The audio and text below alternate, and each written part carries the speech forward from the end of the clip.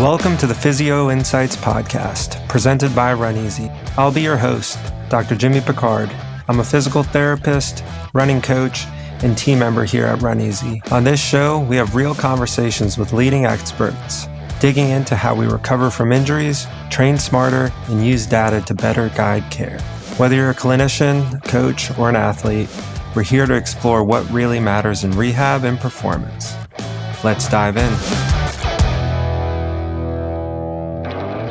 All right, Chris, welcome to the Physio Insights podcast. Good to have you. Yeah, thanks, Jimmy. I'm excited to see you guys start up a podcast, and you've had some great guests thus far, and it's always a privilege to be able to talk to you and compare notes. You were high on the list of guests we wanted to get on ASAP. Maybe we can start with you just filling the audience in on your PT philosophy and how that has evolved over the course of your career. Yeah, for sure. And I would say that when I was very spoiled, and I sort of somehow, I don't even know how to explain. I somehow got involved with this really incredible group of people when I was at University of Delaware. So I started off just as an open major when I was an undergrad, transferred to Boston College thinking, hey, going to finance and management information systems, try and make a bunch of money and life will be good.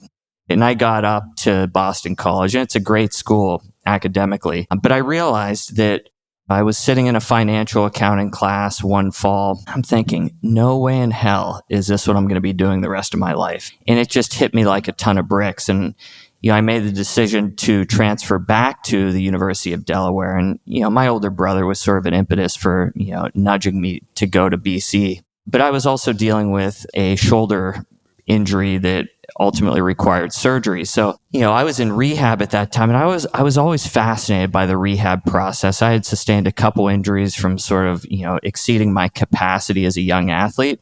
And I always found it just fascinating that PT got me back not only to sport, but at a higher level. And I also learned a lot about myself. So I think that was my calling. And then once I got back to Delaware, I didn't even know they had a PT program. So I just started flipping through one of the school bulletins, and, it dawned on me they did have a PT program. And I was looking at some of the research that some of the faculty were doing, and I just walked over to McKinley Lab, which is where their PT program was housed at the time. It's since moved to the southern part of the campus. And I just started knocking on doors, and Lynn Snyder-Mackler basically said, I'd love to have you as part of my research team. And that kicked it all off. And where I'm going with this is, so I spent close to 5 years in her lab between undergrad and grad. And then I was an assistant to Dr. Axe, who was an orthopedic surgeon.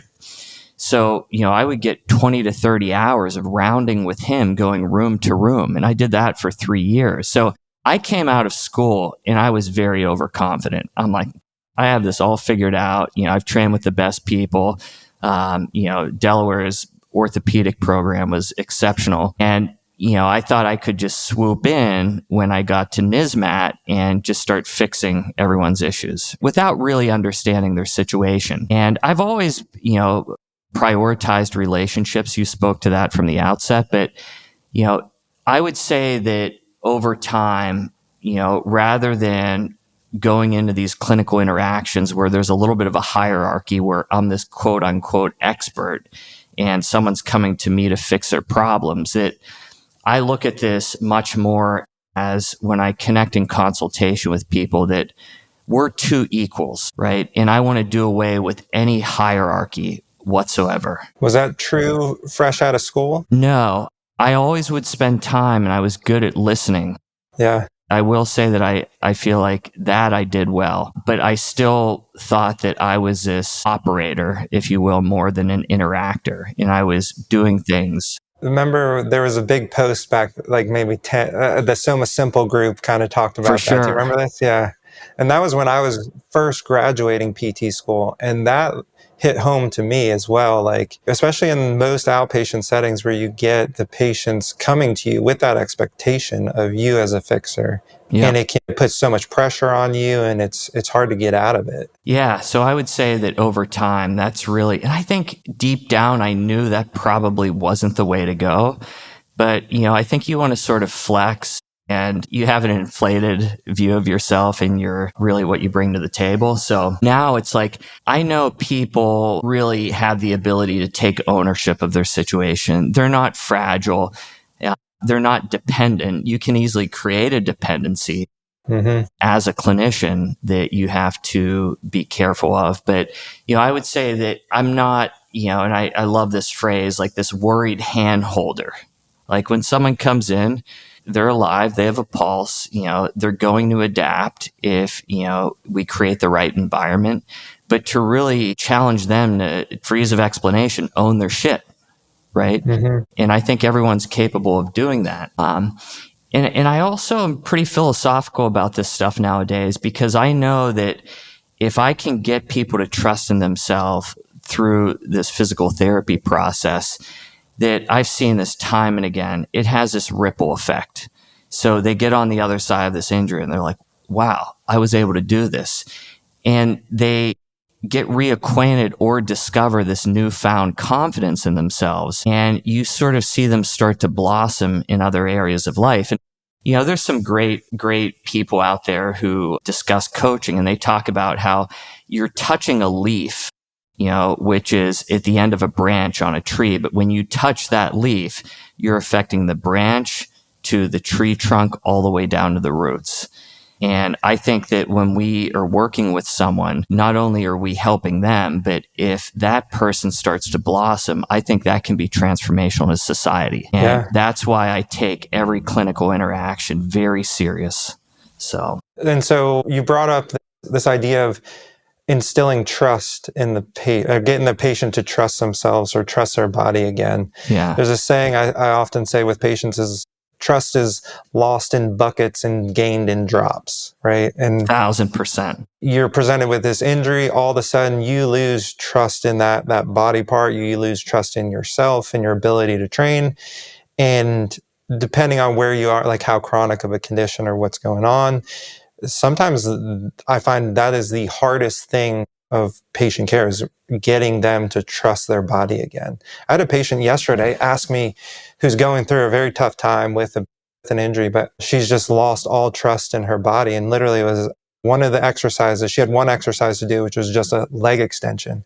And she asked, how do I know if I'm doing it right? How do I make sure I'm doing it right? Like she doesn't even trust herself to do a leg extension correctly. So do you have strategies to help with this? What do you think? Yeah, I mean, I often, without trying to shift the focus to me, just stuff as simple as like, I share my story in my about section on my website. And I think that is oftentimes a talking point where people know that I've been sort of in deep, dark places myself as an athlete as well as a person. And I think that makes me a little bit more relatable. And, they also know that, hey, if he was able to do it and he had some of these like pretty involved orthopedic conditions, that, maybe I can do this too. And that's, a lot of the silent videos. I mean, it was always like, show me, don't tell me. Right. So just to say, hey, here's an exercise. But, I think that requires really being in the moment with that person and making sure that you're not distracted. And I think that's one of the challenges at certain people who are in busy outpatient settings. If you're running around going from one patient to the next, it creates this low level of distress or anxiety that becomes palpable, and people pick that up. So, but yeah, I think it really depends on the person in their situation. But you also have these sound bites like, hey, rule number 1, load the tissue with the issue. That our nervous systems are primed and get better through repetition. So don't worry about that first repetition. Maybe a little bit, perhaps it's uncomfortable. Maybe it's not perfect in terms of a form or technique, but through repeated exposures that you're going to get better at this and your body's going to adapt. Yeah. So going back to like your philosophy with rehab and how it's evolved, it sounds like communication, building rapport is kind of like at the foundation of your practice. Is that right? Yeah, I think the first thing that has to happen is people need to feel seen and heard. Because if you don't start there, I think everything else takes a backseat. and that person's not going to trust you. They may not buy into what you're doing. And I think a lot of people who have been a part of the medical system almost feel like they've been dismissed, or someone's so quick to jump in to render some treatment or intervention. And this doesn't mean you need to spend an hour on the subjective, but make sure that you let that person voice some of their complaints or frustrations. And then I think you can start locking arms. So giving them the place or the time to speak. I think I was going through Nathan Carlson's course, and he talked about, this really resonated with me. Like in PT school, I remember specifically going through like the subjective exam, like skills, building them, and the teachers teaching you to rein people in when they start going off on tangents. And Nathan had a point where he's like, there very rarely are there actually tangents. So like you're always picking up something valuable from those. Yeah. And I think that's just creating a safe environment and also being curious about what that person's saying, not sort of like, because I think people sense if you're trying to rein them in. Yeah. And that just will create a disconnect from a therapeutic alliance standpoint. So yeah, let people talk, and you never know where that could end up. You may find out something that really impacts, maybe the need to make a referral. I've had a couple instances where I'm like actually concerned about, there potentially being an abuse situation. And if you don't let people, take that conversation where it ends up going, you may completely miss that. Yeah. And so I think like I'm also going through your course, and you start your course with this lecture on, therapeutic alliance, motivational interviewing, and all the things we're talking about. If we move on, like, are there other pillars of your rehab that you think that all of us should be aware of and make sure we're doing?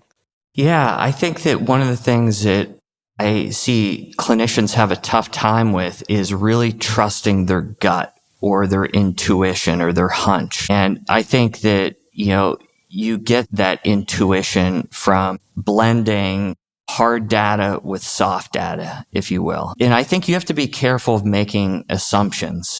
So I had an athlete that, and this is outside of physical therapy, this is more an athlete I'm coaching, which is you're operating in a different capacity.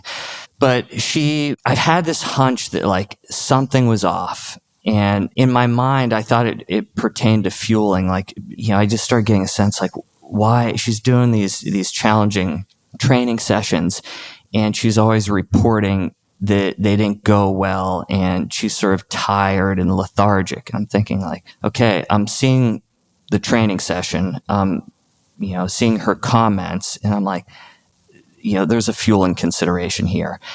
And I also think that there's some stuff in terms of her life and her ecosystem that, I definitely have formed some thoughts on, but those are assumptions and you don't bring those to the table. But I just engaged her, and look, I could be wrong a lot of the times, and I think this opens up dialogue, but I said, I have this hunch or instinct that just, we're missing something here. Am I right? And she's like, it's funny you mention that, because there's a lot of stuff that I feel like, we should discuss or get into that I haven't been forthright with. And that just opens up, there's the opportunity right there. What do you think? Do you think most of us are too afraid to trust our instincts, and like Yes.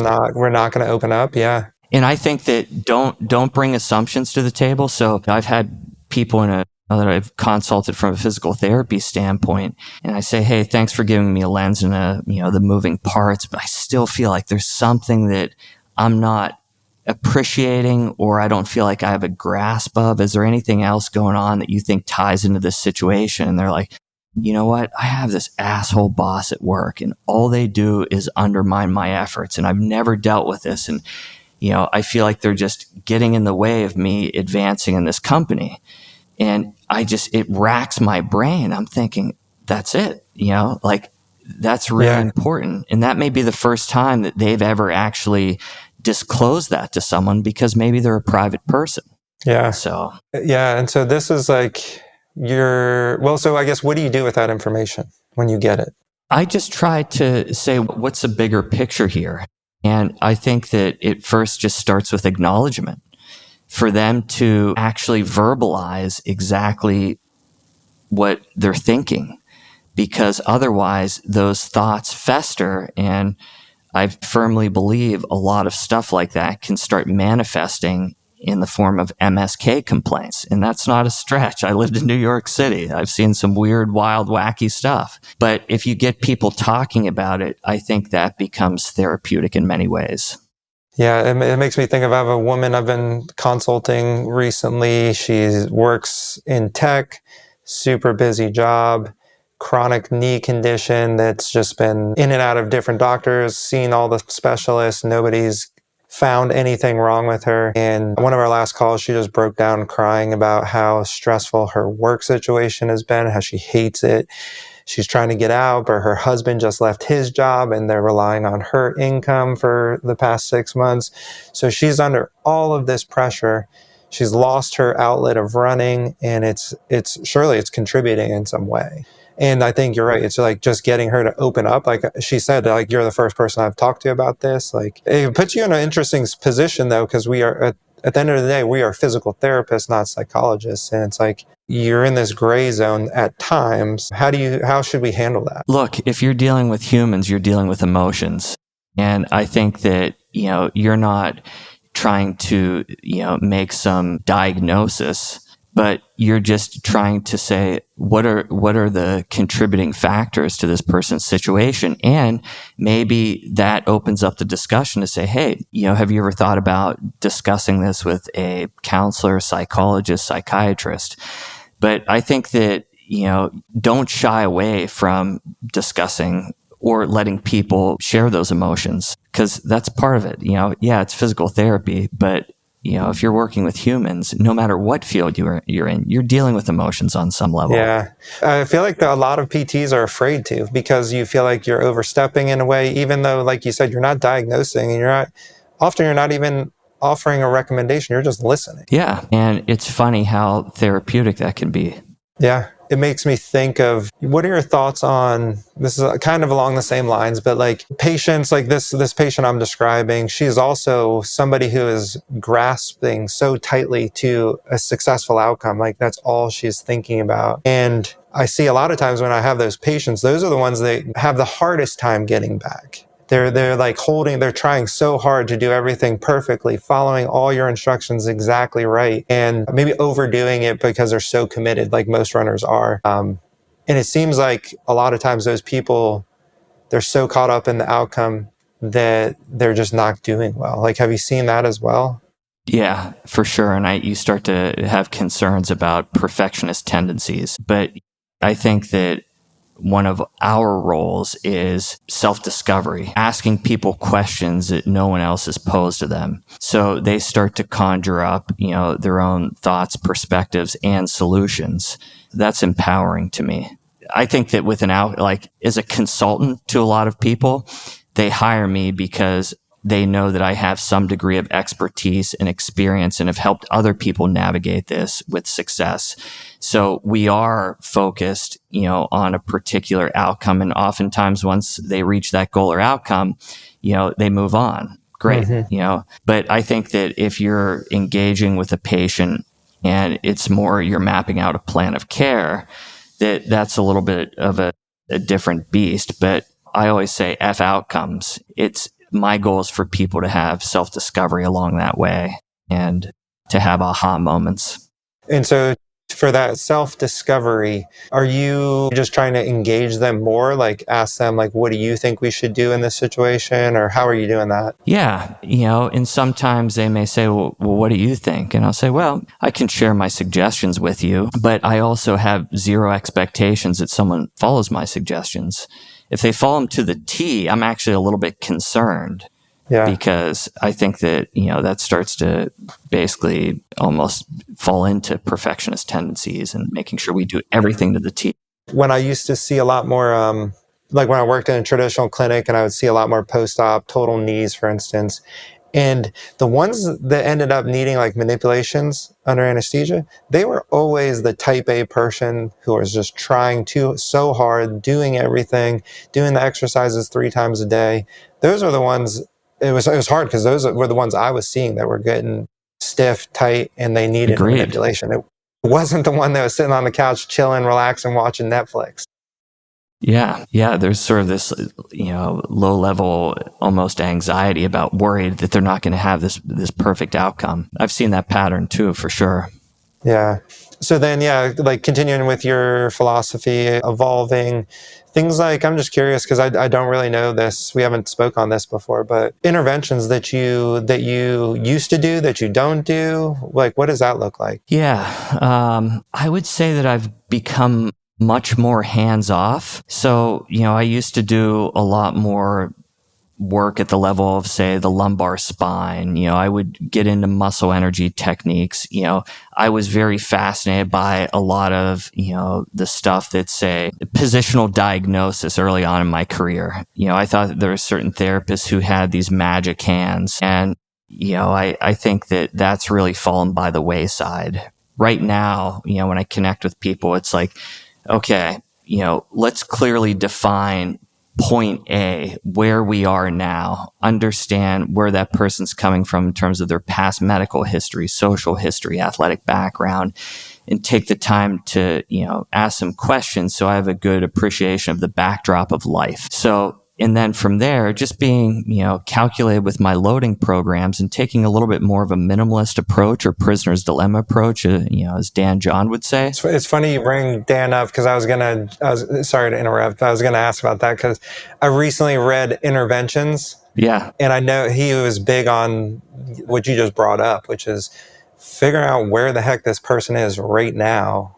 Because so often it's like we think we're doing it, but maybe like, are you really like understanding where they are right now? But yeah, sorry to interject. Well, because I think if you don't identify where point A is, and I talk about that in the course, that's the whole idea behind your clinical examination and the physical performance test. Does this person have a knee effusion? Can they do a lateral step down?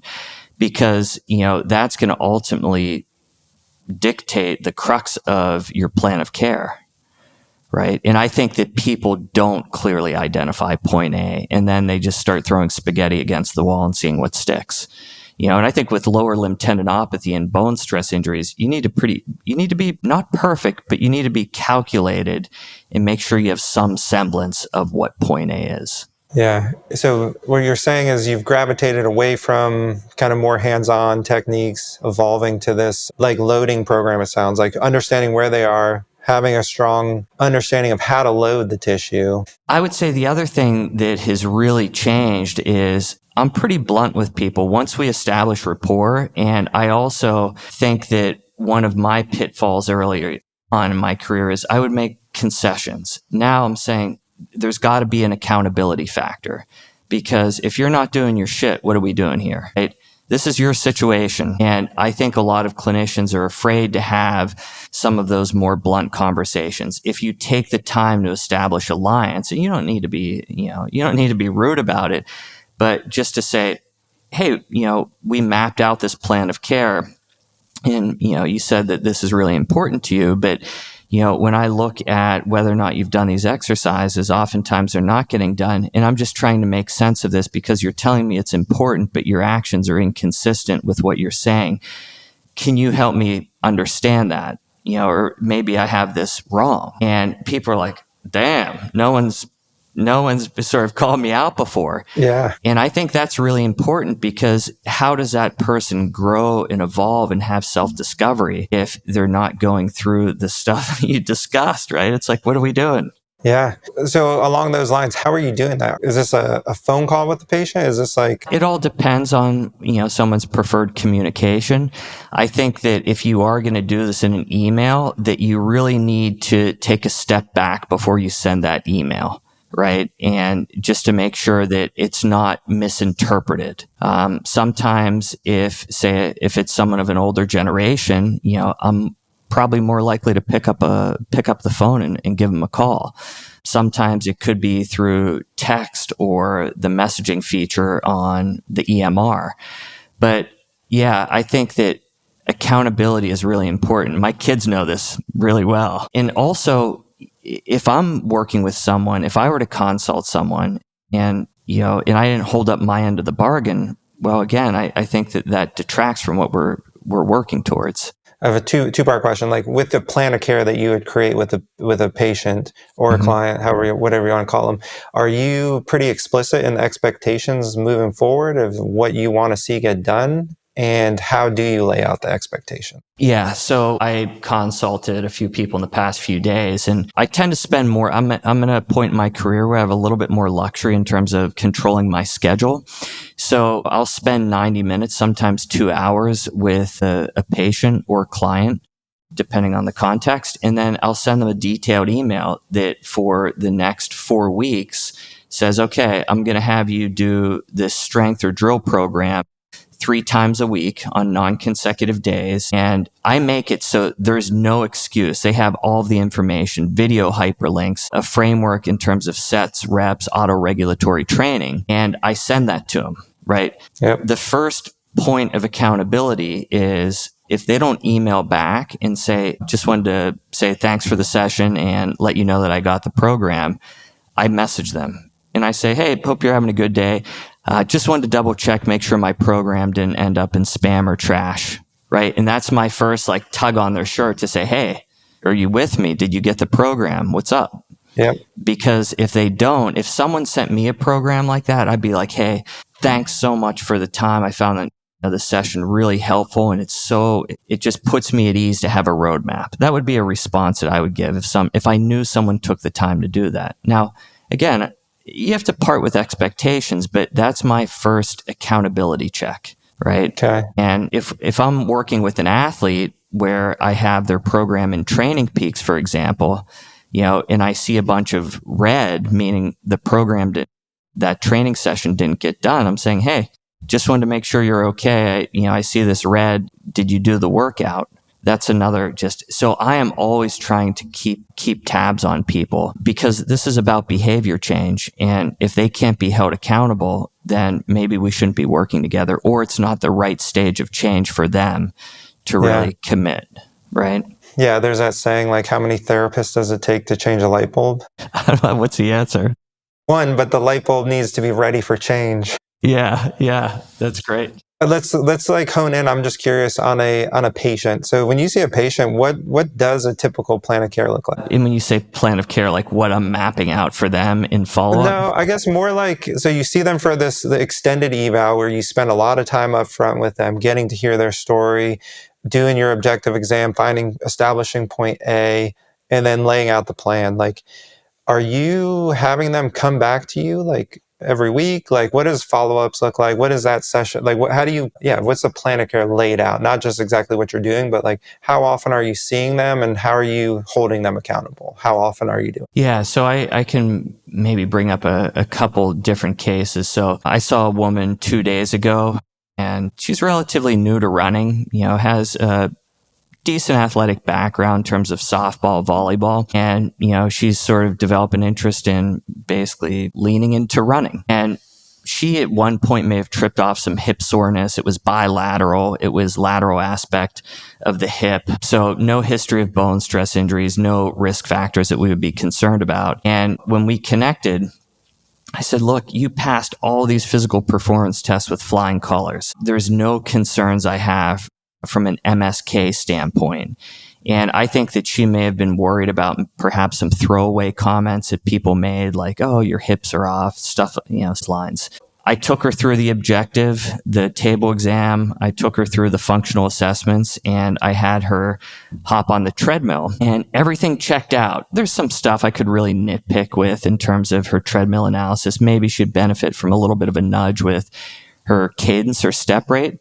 But I said, look, you're running. I think you would benefit from maybe upping your running frequency by 1 day a week, because she was running twice a week. And one of those was a longer run. I said, don't get too fixated on that long run. Let's maybe try and get you to 3 to 4 days a week of running on non-consecutive days and do some strength training on the other days. And don't worry about what anyone says about your running form right now, because I know through exposure that she's going to self-optimize. That's what Izzy Moore showed in 2012 with recreational distance runners. So that's one of those situations where you don't want to overwhelm her with data. You want to say, hey, look, like give her a pat on the back to say, you're doing a lot of good. Let's make these simple tweaks. Let's add a walking warm up and cool down. Let's nudge your running frequency a bit. Let's tighten up your strength and drill work, because I thought that, there was some opportunity there. And then I sent her a follow-up email and I said, hey, for the next 4 weeks, this is what I would think of in terms of a sensible training program for you with the drills. And why don't we do this? If you're going in the right direction, stay the course. If you want to reconnect in 4 to 6 weeks, maybe we can sort of tighten things up a little bit more. So I didn't think there was any pressing need to follow up with her, right? It was sort of to maybe bring her a little bit closer to running enlightenment in terms of best training practices, but she didn't have an MSK complaint. It was almost like PT is, yeah, I can see why you connected with me in consultation, but you're a young, healthy woman. Like, I don't want to medicalize you. And if I tell her to schedule these follow-up appointments, the message that I'm sending to her is that, hey, you need to see me as an expert, because I'm concerned about, A, B, and C. That wasn't the case. Yeah. Versus someone who has a bone stress injury that I consulted, where I'm like, hey, we have to put some guardrails in place. We need to be very judicious as you initiate this return to run program.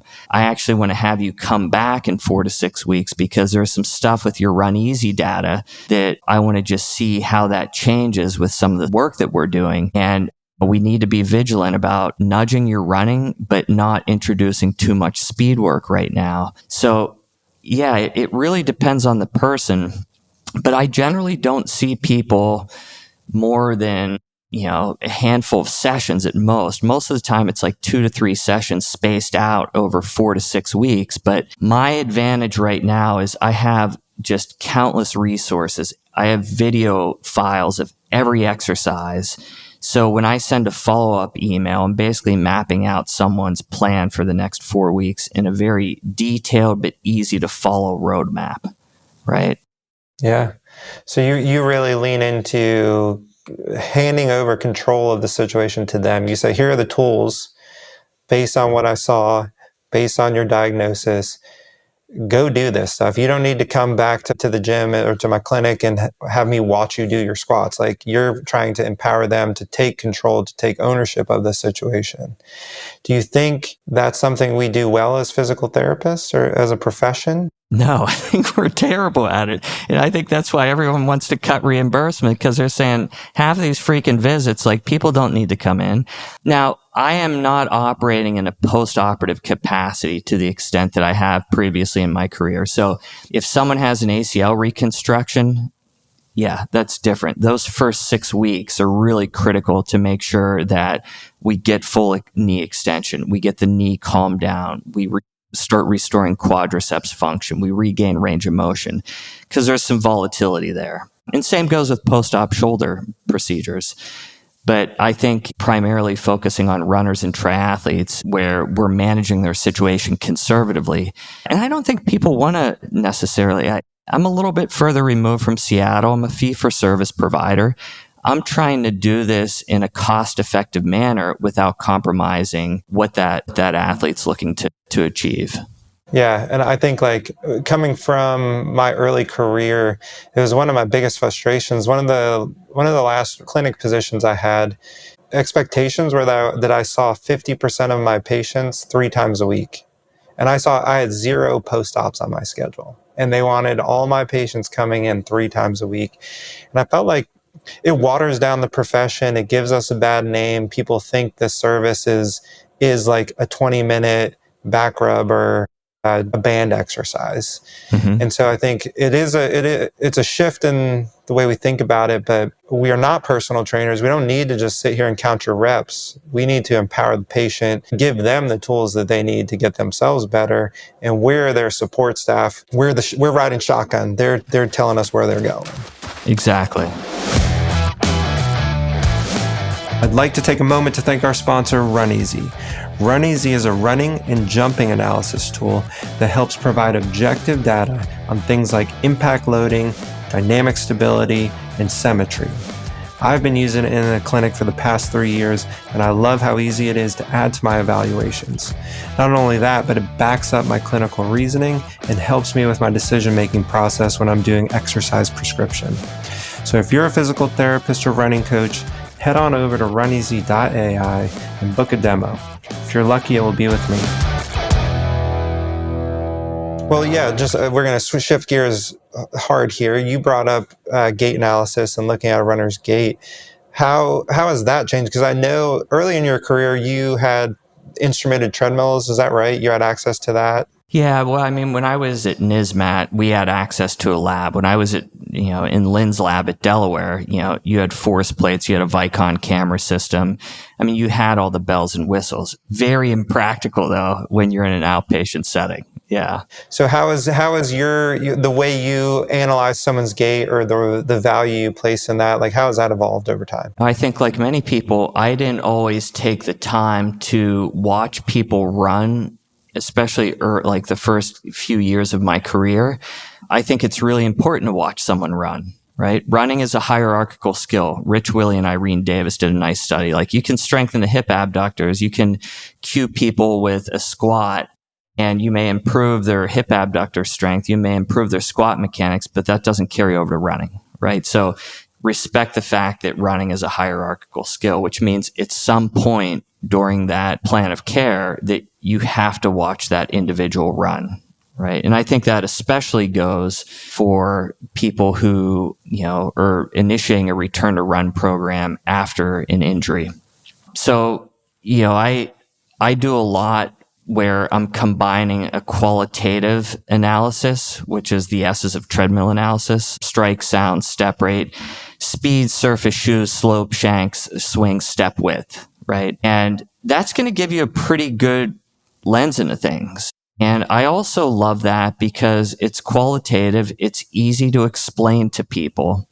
But I also think that in certain instances that you really want to get a quantitative analysis too, to make sure, as Jay DeSherry always says, I don't know if he said this on the podcast that you had him on, but you can't see forces with the naked eye. Not even Jay, who's probably done more treadmill analyses than anyone else in the world. So, I think that you want to pick up, is there an avoidance strategy? Is there some kind of asymmetry that demands exploration because they're having unilateral lower extremity complaints? So, the woman that I saw on, I guess it was Wednesday, I just took her through the S's of treadmill analysis. She's a newbie runner. I didn't feel like I needed to, put the Run Easy belt and start getting her confused or, going down the rabbit hole with some of these metrics. We could bump her step rate up a little bit, but outside of that, I just said, let's really just zoom out and, as I mentioned, let's up your running frequency a little bit, introduce these drills and go from there. The fellow who I consulted or saw in follow-up yesterday, I have not been able to do a treadmill analysis on him, and he does a lot of his training on a treadmill, so it has salience. But he is someone who's recovering from a sacral bone stress injury, which we know fueling is front and center. So we got him into the hands of Rebecca McConville, and he started going in the right direction. He's back running now. I need to make sure that he is not taking an avoidance strategy. And oftentimes you will not pick up on that if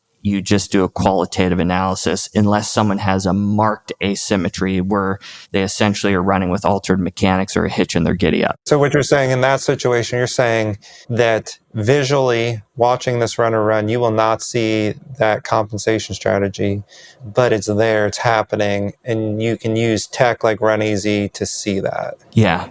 And I have a great case. There's a young high schooler. He's off to a school in the Northwest here. He'll be running at one of the premier programs, but he was sent to me with a diagnosis of a hip flexor strain, which you and I both know, and a lot of people who listen to this podcast, that's a bone stress injury in a distance runner till proven otherwise. So, but he was running 40 to 50 miles at the time. And, his mom, very sweet woman, was adamant that, I watch him run during that initial consultation. So before that, he couldn't tolerate a side plank. He passed most of the physical performance tests. His single leg hopping didn't look as explosive as it did on the non-involved side. But when I put him into a star side plank, so left-sided involvement, so when he went into a side plank with the left leg down, right leg abducted, collapsed to the ground instantaneously. So he was running. He had this vague thigh pain. He has a hockey background. He should be able to hold a side plank like that for a solid 30 seconds. I mean, that's a That's a high load functional assessment. But I'm like, there's no way. That doesn't make sense. So I said, look, my instinct is not to put your son on the treadmill. He's running 40 to 50 miles a week. So I'll put him on, but I'm not going to have him run for more than 3 to 5 minutes. So fortunately, I have that Run Easy belt, and we put it on, and you saw this huge avoidance strategy where he was not wanting to load that left lower extremity. And when you summate all of that information, you're saying his nervous system's protecting. He can't directly load through that lateral hip. He has vague thigh pain, and he's running more than 20 miles a week, and there may be some fueling and like poor sleep hygiene, like bone stress injury. Got an MR. He had a grade 3 femoral shaft bone stress injury. But you can use a Run Easy to say, hey, like, mom, look at this, and to the kid, like, this doesn't make sense. So part of my return to run decision making with him, and when we finally started to clear him, was when that normalized. Now, you may not expect, once that bone stress injury heals and he's able to directly load with the side plank, you may not have the data look pristine, but you shouldn't see that same avoidance strategy. And I think this has salience especially if you're working with someone following, say, a calf strain, Achilles tendinopathy. For sure, if someone's coming off of an ACL reconstruction, it's just giving you that much more of a granular lens into what's going on. I think postpartum, right? These are just such great use cases. And that's where I want that quantitative analysis. Yeah, and I think it can be helpful. Like when I first got Run Easy 3 years ago, I had a small tear in my posterior tib, and it was one of these things where I was trying to hammer through a bunch of runs, and I thought I was like, going back to, you can't see these things. I've sent videos of myself running to my PT friends. No one could see anything. I put the Run Easy belt on, and you can see this huge asymmetry left versus right in my stability. With these cases that you're describing, it seems like we also have to be interpreting the data well too, because like you could see that avoidance strategy, but not call it an avoidance strategy and think they just need to start loading that side harder, right? You're like, oh, you should let's make you symmetrical. Yeah. Well, and I think that's where, if you combine sound clinical reasoning with tech like this, that's when you're lethal as a clinician. To your point, if someone doesn't have sound clinical reasoning, which, it's ever evolving, even with us, right? It's not like we've arrived at this point, like, come on. But yeah, you want to make sure that you do a comprehensive examination. So when you see that, you're like, I'm seeing an avoidance strategy. That's not just this asymmetry that we correct, and that's going to solve his problem. And that's critical. Because I know part of my role with Run Easy is onboarding new users, and it's one of the things I try to help them understand is like, even if the one side looks worse, we got to understand, why is it worse? Do we load that side, or is this, like what you're saying, like an avoidance strategy? And it is fun, I think, like to add tools like this to what you're doing to beef up your assessment. It's not replacing, like you're saying, it's not replacing our qualitative assessment. It's supporting it. Exactly. I think the other beauty of this is, you also get to see the impact of your cueing, right? So I use it a lot from a biofeedback standpoint where, once I explain the metric to someone, I just say, hey, just change this. I want to see what you come up with. Some of the ways that people may try, they may try to quiet their feet. They may try and turn their feet over a little bit faster, but here's a feedback. Try and correct that. Do you see that red bar? I want that to go like more to orange, if not yellow or green. So to me, it's very much an alliance tool. Like you're saying, hey, look at this. Like, let's lean in. I think that I had a guy recently who was coming off of a tibial bone stress injury, and he's a 224 marathoner, but he runs with a very low step rate. And I do think that has salience to his situation because he's dealt with recurrent bone stress injuries. Obviously, a lot of other factors at play. But when you did pull the step rate lever with him, you saw a lot of these metrics improve. And he was sort of like, wow. So if you can help people use it to have these aha moments, they're bought in. Right. So I think it's really powerful in that regard. Yeah, and I think we should try to add in like one of the graphs of what you're referring to, because it's really cool when you see the data graphed out and you're like, here's you running at 150 steps per minute. here are your metrics above. And then when you hit 165, here's how all that data changed. And it is crazy when you see that. And it's like instant buy-in from the patient. And I also think for clinicians who are listening to this, when you do go to make a change, don't expect the data to just instantaneously improve, because that person's nervous system, they're going through a learning process. So I've had a lot of clinicians say like, hey, I upped their step rate, but the data got worse. I'm like, well, did you give them like 5 minutes? Right. No, it's funny you say that, because that's like, that's a frequent conversation I have as well, is like, we know it's going to be less efficient initially. Sometimes, like, I think I've seen a graph you posted before where it's like almost instantly you saw everything improve. And that's amazing when that happens, but that's not every time. Yeah, that's the exception to the rule. Yeah. I was onboarding a pretty big wig in the PT rehab world, and that was a question he had, because it's like, it didn't make the big change that I was expecting. I'm like, that's not a reason not to do it. Like, because I'm also going to rely on the subjective feedback of the patient. If they say, "Oh, I feel smooth. I feel like I can do this. Let's do it, and let's see what happens." Yeah, and very much like, when I'm coaching people, you're triangulating all of this data. You're like, okay, here's what their Run Easy is saying. Here's what they're subjectively reporting. Here's what I'm seeing from a qualitative standpoint. So I think it just gives you that much more of a refined lens into someone's situation. So I think with footwear, the footwear industry is a minefield to me right now. I think that you want to understand, like, especially with all these crazy stack heights, like, okay, we can sit here and pontificate on what the shoe is doing, but with a lot of the performance coaching clients that I work with, as well as post-injury, you want to see what happens to their data when they're in different shoes. If someone's like, "Oh, I love this shoe," let's see, how it behaves under different conditions. Let's see.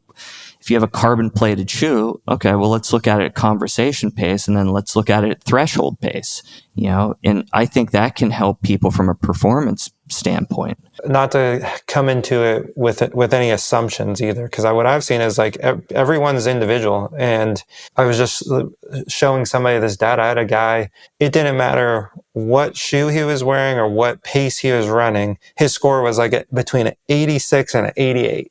Yeah. And it was like even one of those was with like a Vaporfly on, running at race pace. Yeah, interesting. Other people, it's like every pace is different. You see a huge difference with like a plated shoe versus a non-plated shoe. So it's everyone responds uniquely. And I think that, I'm not working with these demographics to the extent I have in the past, but my mom was out here over the summer and she had basically tripped off something with her knee moving a piece of furniture on her porch and probably had a degenerative meniscal tear that got stirred up. But, I also wonder to what extent you can leverage this if you're in a more general outpatient capacity where you're looking at someone after a knee replacement, after, say, maybe they've had, a meniscal tear, are they at risk for falls? Is there some way to determine from a risk stratification standpoint? Because I think that obviously it's going to pick up anything like lack of smoothness or jerk in the system to an extent. So I know that obviously I've gotten pigeonholed, or people, on this listening to this, the focus is on running, but I think that if you broaden your mind, that this has much greater salience than just a running. Yeah, and that's what, like with Run Easy in particular, like with the new, like the jumping modules, like opens it up to a whole new, basically like any lower extremity patient that I work with, I'm going to be assessing their single leg hop, double leg hop, and getting data to show what that looks like versus just saying, yes, it looks like it lacks power. I can now actually show that it's lacking power and show what it looks like. Can I just expand on that too? Yeah. I think there are certain people who are very quantitatively driven too. So if you're saying like, hey, here's the data, right? That's going to land with them to a much greater degree than some, like I'm pretty laissez-faire with a lot of this stuff with my own training. Like I know if I can't like be explosive on that leg. So, but I think that if you understand someone's mind style and how they process information, that you can really leverage this stuff. Yeah, it's funny. It's like a coaching client of mine who I work with through you, very data driven. And he, like, when I told him about Run Easy, he was like, I want to see this. Let me get it. Give me the belt. And runners are like, I've kind of evolved and I am now on the other side of this, but like data driven is like a big thing with most runners. So it's cool to have it as a tool for them. Yeah. So moving along, last thing I wanted to ask you about though is the role that mentorship plays in physical therapy. Like, is this something you feel like is missing from the profession? So I think mentorship is critical for personal development. And I always look to people who have done the thing that I'm looking to do. So if I were to go and climb Mount Everest, I'd want to be getting on the phone with Nims Persia, for example. So I think that mentorship is critical. And I think that if we speak to our profession, I think that's probably one of the benefits of going through a residency or fellowship, right? But I know that I've been, to say fortunate is a massive understatement, so my mentors were first Steve Hoffman. He was, whether or not he realizes this, he was the first PT that got me really thinking like this PT world is really cool. My high school tennis coach who taught me relationships are everything. Lynn Snyder Mackler when I was at Delaware, who really forced me to, delve into the literature and to work hard. And then got to New York where I was, around a really dynamic group of people between, Mal McHugh, who's the director of research, Tim Tyler, Mike Mullaney, and I was working with Dr. Axe. And then I got up to, when I was in New York, I was also around this very skilled group of surgeons who, I could walk in during any consultation. I could walk into the operating room with them so long as I scrubbed in, and I've also had mentors in other facets outside of the PT world, so I think mentorship is critical. In you're learning the ropes from someone who's done it before, and they're sort of saying, hey, here's some of the mistakes I've made. Here's some pitfalls to avoid. I also think to inoculate yourself against the fear of failure. When people are like, oh, I'm sorry, this endeavor that you were involved in failed. I'm like, oh, please, no, don't be sorry. You have no clue the learnings that I acquired through what you think of it as a failure. Your deepest learnings always come from failures. Success, yeah, pat yourself on the back, yay me. But yeah, I think being able to compare notes with someone who's a little bit, you're on a similar trajectory, they're just further down the line.